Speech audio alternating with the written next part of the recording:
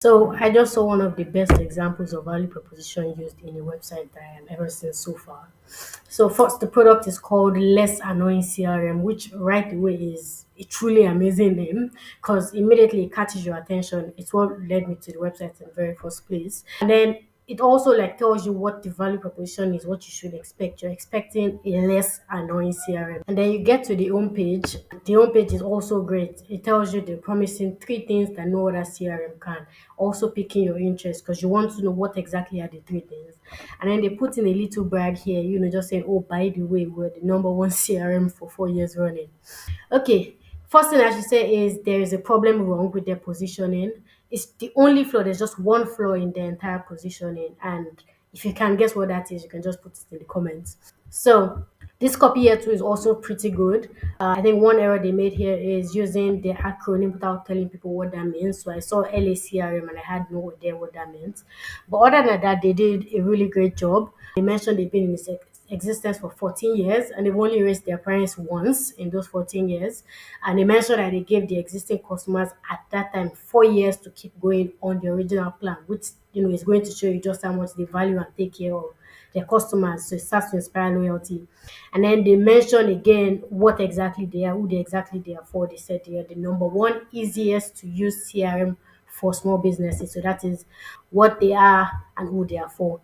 Okay, and then here, so this is my favorite section. It's really the about section, to be honest. So it's telling you about the founder story, but the way they position it, it makes it look like a relatable story that you've probably faced yourself.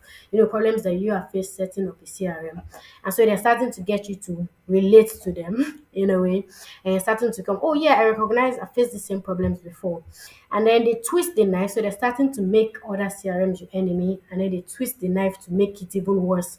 And they're saying, oh, I mean, this is because all of those other CRMs are funded by investors, and they're pointing out the problems of that. That oh, because they're funded by investors, it means they can never prioritize small businesses like yours. And then, of course, they come in and they present themselves as the hero, the solution. Less Annoying CRM is completely self-funded, and that's why they have the freedom to create a name like Less Annoying in the very first place. And they put a bunch of other reasons as well. They also make sure to mention again that they've been in existence since 2009. And here, this is really just them reinforcing everything they've said so far, but just making it direct. So they say, oh, others are funded by investors, we are funded by customers, we're family owned. They say others have predatory pricing, we have honest pricing. Others are frustrating support, we have empowered support. Others are price focused, they are small biz focused.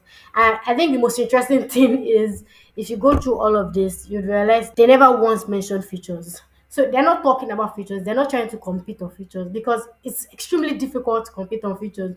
Whatever feature you release now that your competitor doesn't have, it's probably in their roadmap, they are going to have it, right? And so you can't keep saying we have better features than they do because one day they would have the same features that you do, and then what happens next? You have to keep going. Oh, we're releasing something else and something else.